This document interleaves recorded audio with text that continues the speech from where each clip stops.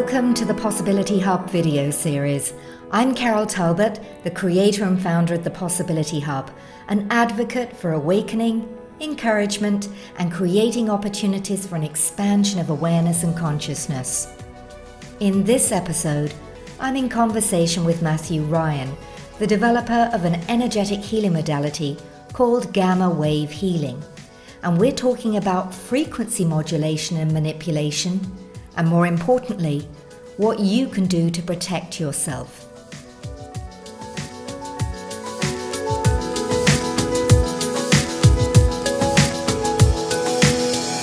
Hello, Matthew. Good to see you again, and excited to hear what you have to say about our topics today, which are around frequency modulation and nanotechnology.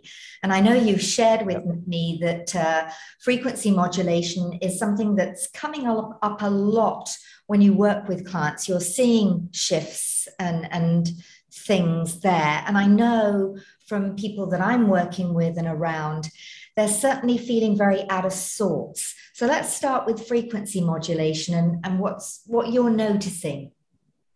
Absolutely. Well, thank you for having me on again, Carol. It's always a pleasure to have these discussions. Yes, in thinking about the topic for this week to talk about, there's a couple of things that come up quite a bit in my sessions. As you mentioned, frequency modulation and nanotech. With the frequency modulation, this I know that is a term that's kind of out there. I was given this term in sessions after observing certain things in people's energy field, and I'd be asking, what is this? What am I seeing? And I was being told this is frequency modulation. So being able to identify that there are sources of frequency, sources of energy that are kind of constantly being broadcast in various ways, and that these frequencies then interact with our energy field, or they interact with our DNA, they interact with our body, and create changes. From my perspective of the work that I'm doing, these changes would be distortions that would be showing up in someone's field that need to be balanced or corrected. And with the frequency modulation, this is something that has been increasing over the last several years, and I think it's really at a fever pitch now. So just to kind of define what I mean by that when I'm speaking about frequency modulation is that there are signals that are broadcast actively.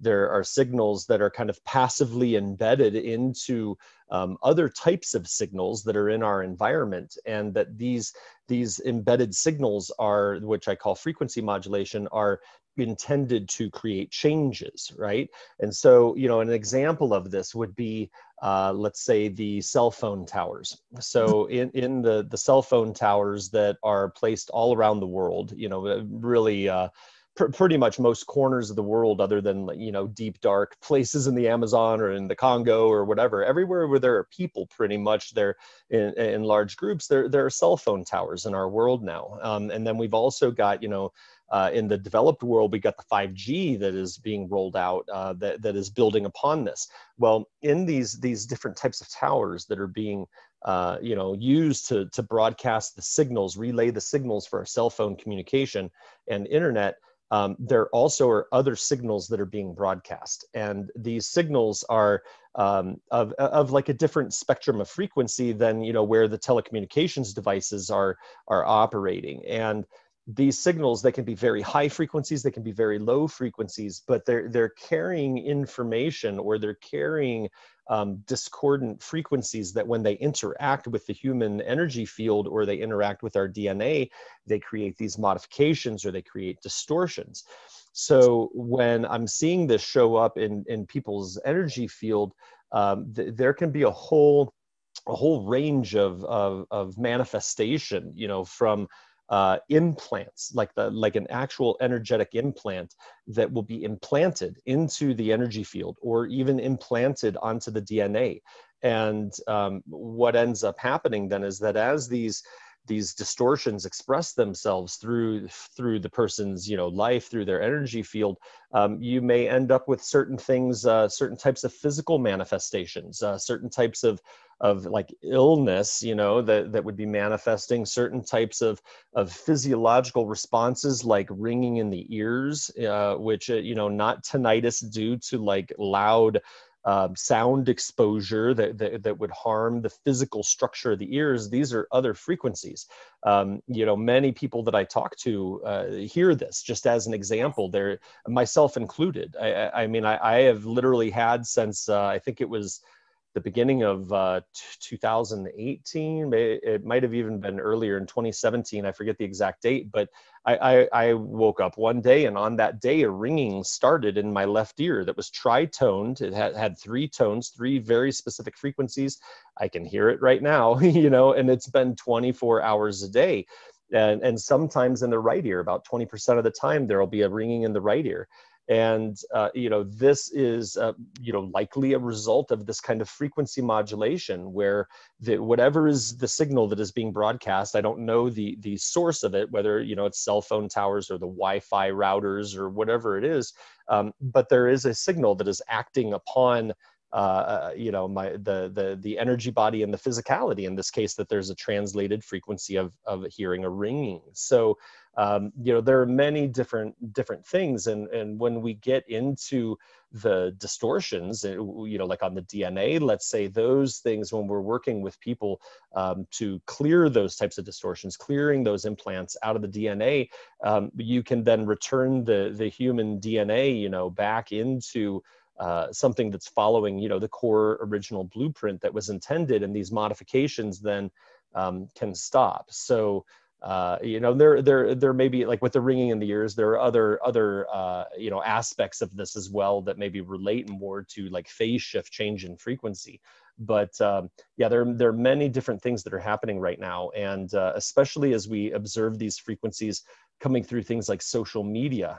You know, this is maybe something that many of your listeners would be noticing. I definitely did. This is why I really stopped participating on Facebook last year, in June of last year. You can feel it. You can see the way that the polarization is being driven. You can see the way that people are regurgitating propaganda without any open availability to consider other types of information. It's just like rejected out of hand.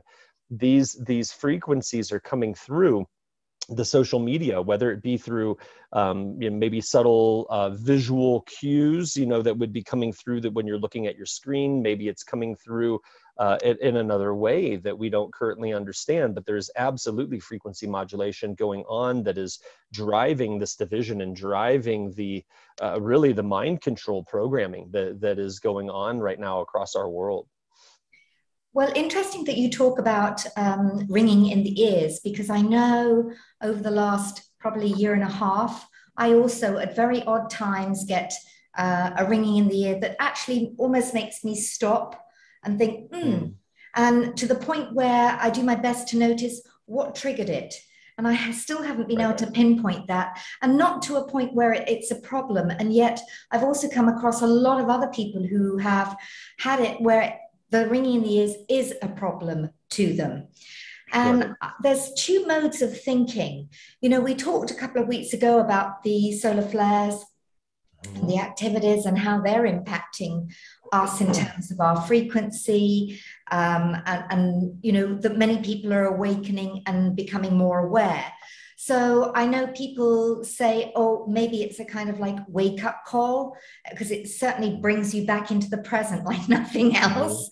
Absolutely. Or, as you say, it could be a frequency modulation in terms of mind control. So how do you discern the good, the bad, and the ugly? Well, that's a really good question, because they're, you know, with the ringing in the ears, let's say with I've read before, and I've been told by my guides that this it can be accurate, that when you get these like ringings in your left ear, could be related to like negative types of negative frequency, and in the right ear, a lot of people often attribute that to guidance, receiving, you know, corroborations, if you will, from your spiritual guides, from your angelic beings. You know, so it can be tricky trying to discern those types of things. But in general, my mode that I use, or kind of modality that I use in attempting to discern between two types of frequency, is that I go into the solar plexus.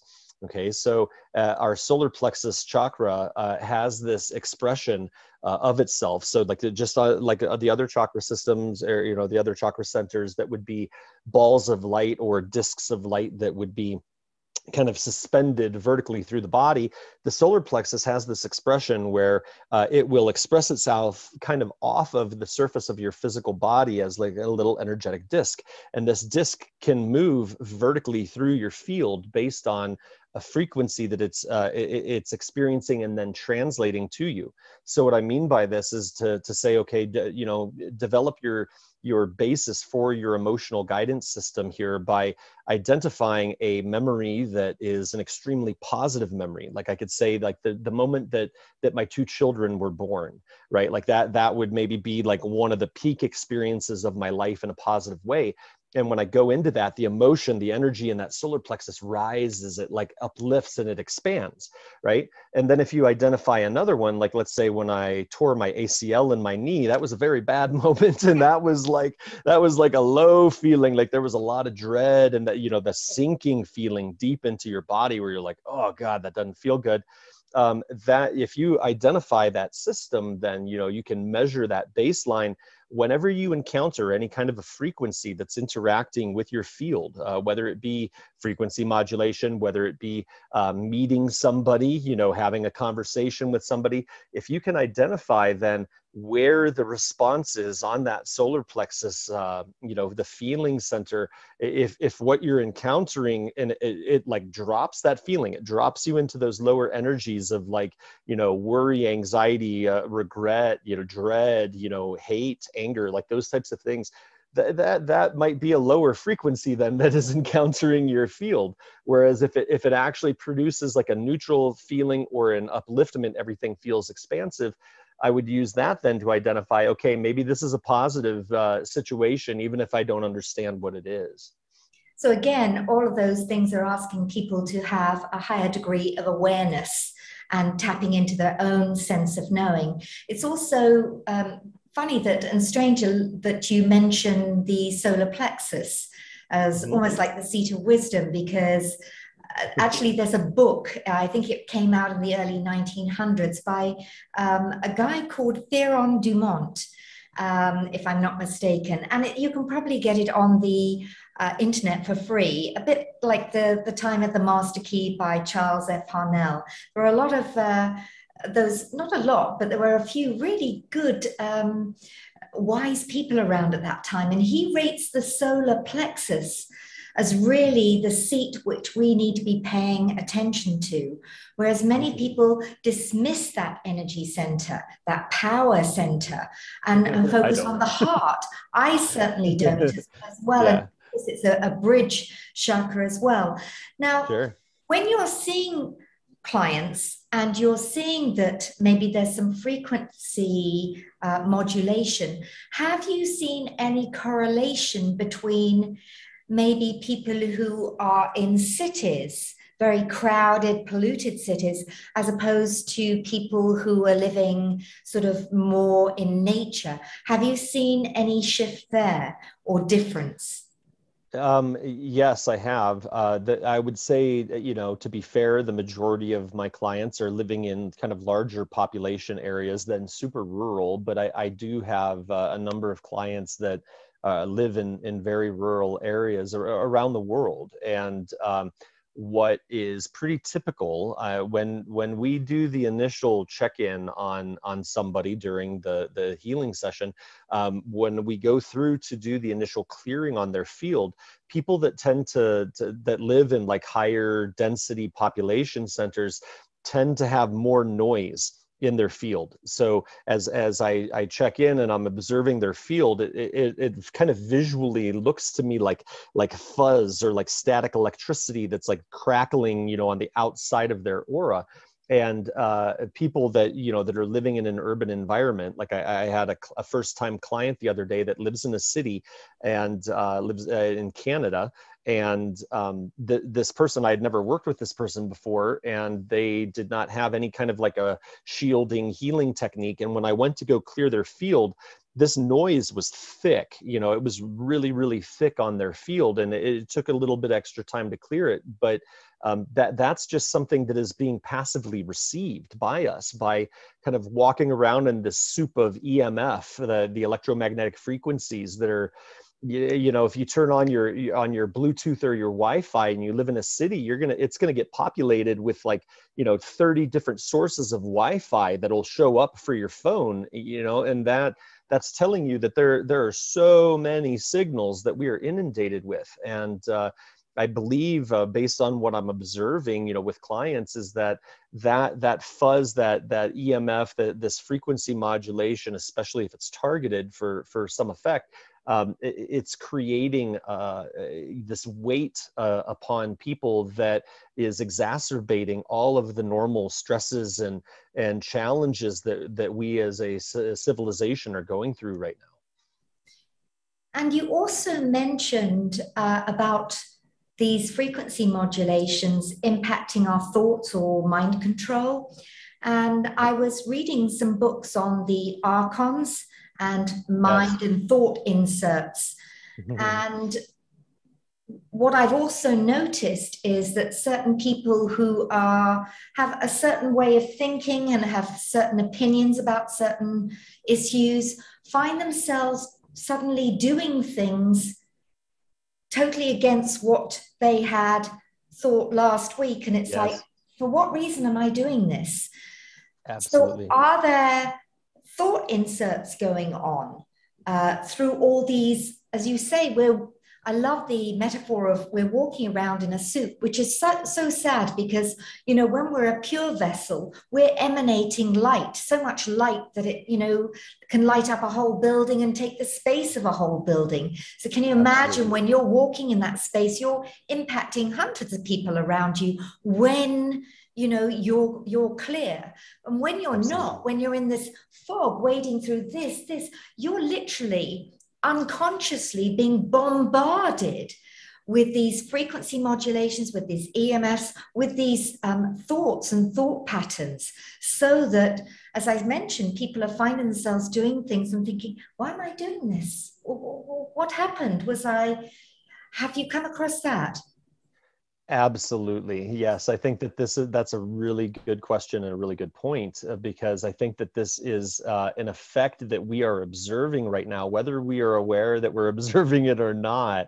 There is massive energy moving towards what we would call mind control right now, all across the world. I'm in the United States. I have clients spread all around the world, in different countries, whether they're developed or Western countries or undeveloped countries, even people that live pretty remotely in different places. But there is a really massive and obviously concerted effort right now to shape the thought form that humanity has. And I really like your connection in with the archons, because I would say if we track the intentionality that is behind this frequency modulation, it is nefarious. If your alignment is with a whole and complete and sovereign human being, then this agenda is nefarious for sure. And when you track it upwards, the frequency, the energy that is behind it feels very much like that archontic frequency, or like the reptilian frequencies. And so what I would believe then is that those groups, this control structure that is behind the scenes in the shadows running this planet, or has been running this planet until very recently, they are emulating this type of intention, and they are using technology that can literally broadcast thought forms into, or at least they're translated by the human consciousness as thought forms. Maybe some of your listeners are familiar with there is a type of technology that's referred to as voice of God technology. And this technology was, I believe where I first heard about it, it was like declassified information that came out of the first Gulf War in 1991.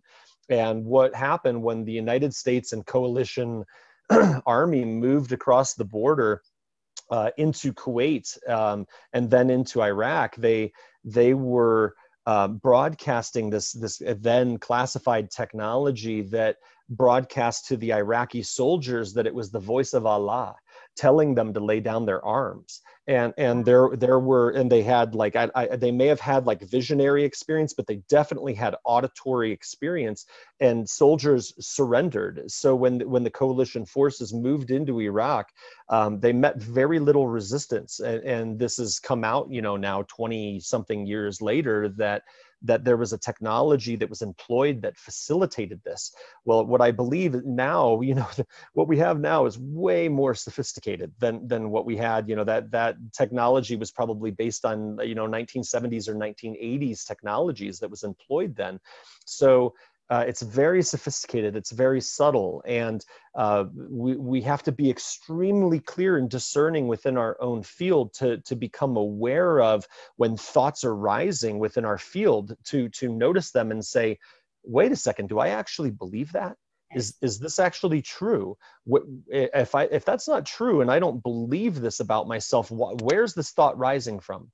And there can be other sources too, like parasitic infiltration in the body, but what I'm seeing most of with people is related to the frequency modulation. And if it's not direct thoughts that are being broadcast in and heard within your inner monologue, it would be frequencies that come in then that trigger, or perhaps give rise to certain repetitive unconscious thought patterns that can be directed. So it's a very interesting and very kind of sketchy situation that we are involved in. When we go into the thoughts, I mean, there's the age-old question: where do your thoughts come from, and are we actually has the mind of the archons been inserted in ours, that it's not our own mind, and that we have been conditioned from such an early age through school to do as we're told, to think in specific ways.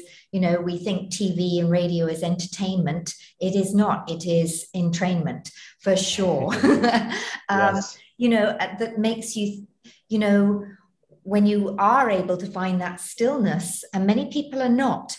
And many people, I often, when I go around to see people, I find they have to have noise on all the time. They have to have a television on, even if they're not watching it, or music or something on the whole time. And of course, we have this. We go to shopping malls. The mall itself has music. You go into every shop and it's loud music. You go to a bar, there's a band, there's noise everywhere, which keeps the noise in our head, which means that then we crave the noise. We end up, addicted. We need to sort of look onto our phone or a device to keep, the busyness in there, instead of finding that, silence, that stillness. And then when you find that stillness and silence, well, what do you do with it? We literally are bombarded. Yes, absolutely. I think that is potentially by design, right? That they're with a lot of these frequencies. Well, I'm trying to be fair. It's it's nice when you walk through the shopping mall and you hear a little bit of of a little bit of background music, but when you're looking at it again, kind of like this EMF soup that is present in the environment that is constantly being broadcast, it does create distortion within our field. It's discordant frequencies, and the way that the human attention focuses, it will tend to kind of screen those informations and energies out of our experience. And so the conscious mind isn't even following what's going on in the background, yet in the background then these frequencies are potentially uploading things into your field if you're in this discordant energetic state. So whether that be advertising, frequency modulation exists in advertising. It's not just a frequency that's broadcast as a sound or like a sub-audible sound. It can be more of an energy that is, is being broadcast through a visual stimulation, like, advertising, like looking at billboards where there is predictive programming that's embedded in there as frequency modulation. So, we are made susceptible to that type of expression, and that can really create a lot of distortion within our field. So, what do you make of some of those EMF necklaces, bracelets, technology, which is said to protect? I mean, do you utilize those, or are you running your own protection methods and sharing those protection methods with your clients? Yes, absolutely. All of that. I do use a number of techniques to help shield me from EMF and from the frequency modulation. There is an energetic shield expression for our energetic field, our aura, that can be switched back on. This is something that every one of my clients for the last couple of years, I've been instructed with every client. On the first session, we go through, do a clearing, and then we activate this energetic shield. And this energetic shield is a natural expression of the human aura that was essentially switched off a very long time ago when our DNA was being modified by outside forces. When we turn this back on, it can protect us from the frequency modulation. It can protect us from these types of EMF. I'm not saying it blocks all of it, but it is very, very effective at supporting that. In addition to that, there are things like my organite, like I have an organite pendant right next to me, and organite is a type of kind of man-made crystal, combination of crystals and resin, and often incorporating either shungite or black tourmaline, which are shown to block EMF. And so when you wear a piece of organite, it creates a field around you, probably a toroidal field, and that shungite can help then protect you from EMF that is coming into your field. Selenite crystal is very effective as well. It's made out of gypsum, which does block EMF, but I have selenite towers that are all over in my my healing space. Well. Yes, I have a So number of towers and organites as well. So yeah, so those are great methods. I know there's technology, like I have a little chip that's on the back of my phone that was designed in Germany, which evidently blocks EMF. It'll block EMF emission off of the phone. There are many different things out there, and as people are paying more attention and people are really exploring their creativity, there are many other things that are coming forward that can help. And my understanding is that many of these are very effective at assisting us. But for my day-to-day living, the shield activation that I utilize is probably the thing that provides me with the most protection. yes, and I too have my own protection methods in addition to the selenite towers, the organites, and certain other things that I wear. Now, how does frequency modulation and what we've been talking about links very much with the nanotechnology as well, that people are becoming aware of. I'm not saying it's new, because it's not, but more and more people are becoming aware of it. Yes.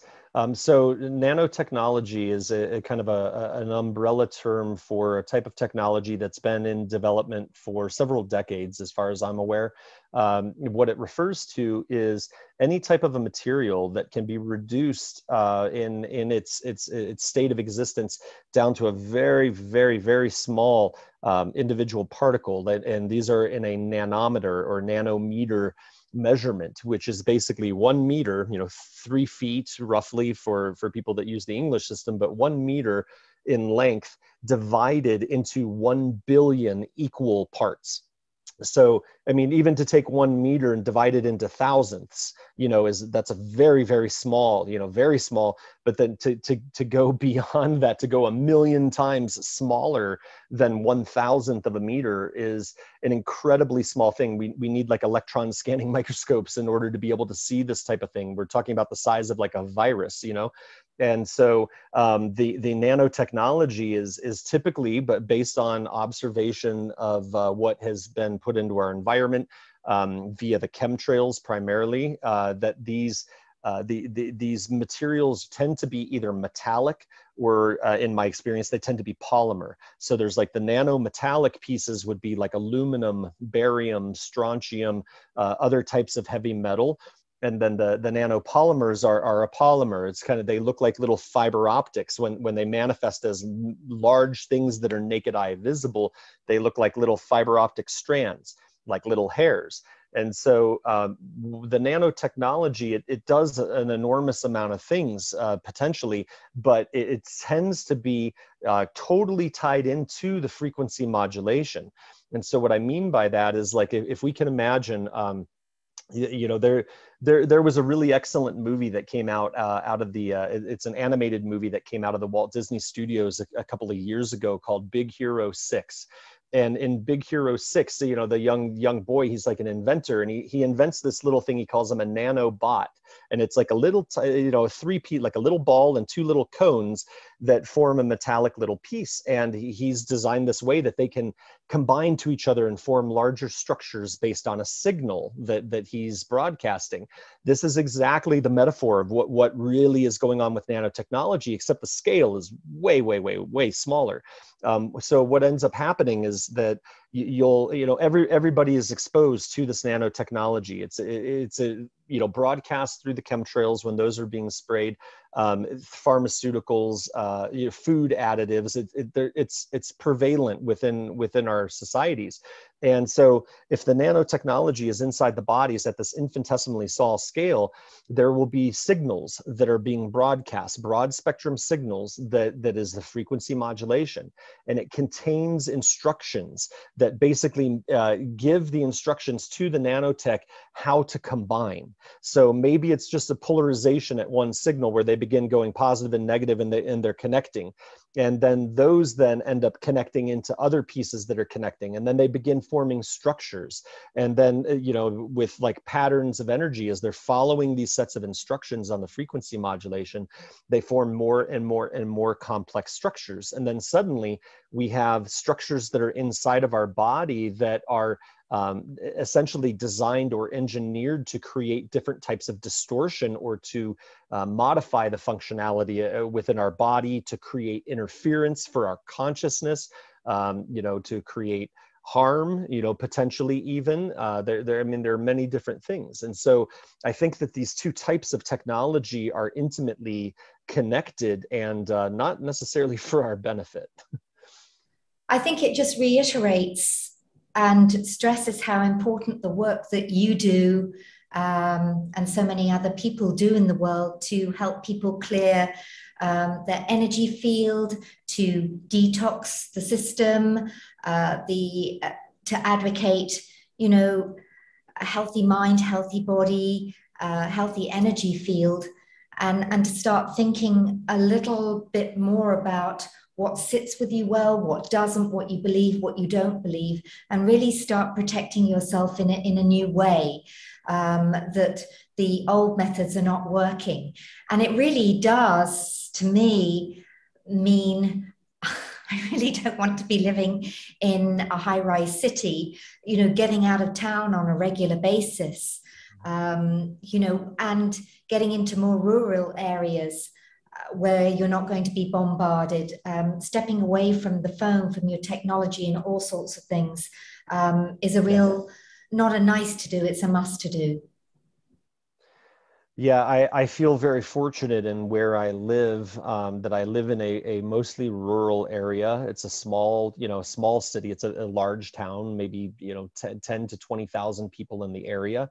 But even still, there is still frequency modulation that's here. But you're exactly right, because at one point, my family and I, we lived up in the mountains in an area where the power lines and the phone lines were buried.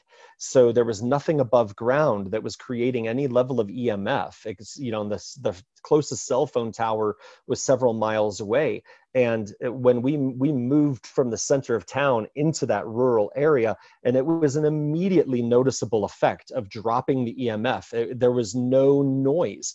And we wouldn't have necessarily even noticed that if we hadn't had the contrast, if we hadn't come out of that soup of EMF and then into a pristine environment, that it was a very noticeable drop. And so, I'm grateful for my opportunity to be living here. And yet there's even still is here, there is frequency modulation, absolutely, that is affecting everybody. But as much as can be possible, I always am recommending to people when we're wrapping up in our sessions and I'm being told guidance for them to help them to integrate, it's go to the river, go to the beach, go into the woods, like take a walk in the woods, go for a hike, lay out in the sun and like sunbathe, connecting in with those natural environments, connecting in with the natural harmonic frequencies of this world can help to help you to clear and release, that fuzzy distortion out of our field. It can help us to recalibrate,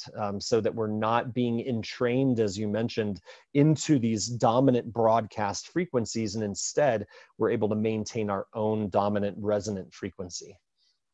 Well, maybe we don't have forests here in United Arab Emirates, but we do have the desert. And I must say, even though it's still hot at the moment, I go out into the desert at least once a week. And honestly, wonderful. The silence, the stillness, it's so powerful. And even though I go with a friend, we are so happy just to sit there. And instead of bathing in that soup of being bombarded with frequency modulations, we're bathing in silence, in stillness, and of course the beautiful sand beneath our feet. So, coming from the UK, it's easy when you've got the sort of the green and the forest, and it's so rich, the green back in England, and it's very different here. Yet the desert does have its own beauty and its own magic. Absolutely. So, Matthew, what a very interesting topic we've covered today to hopefully help people think a little bit more about the soup that they're living in.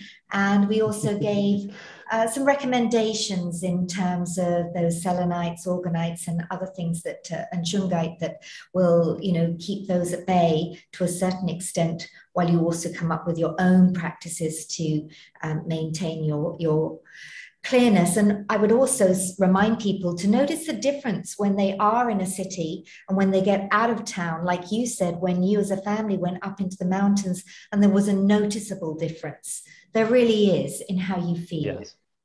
Yeah. Yes, so thank absolutely. you. Yeah. Any other last thoughts before we finish off today?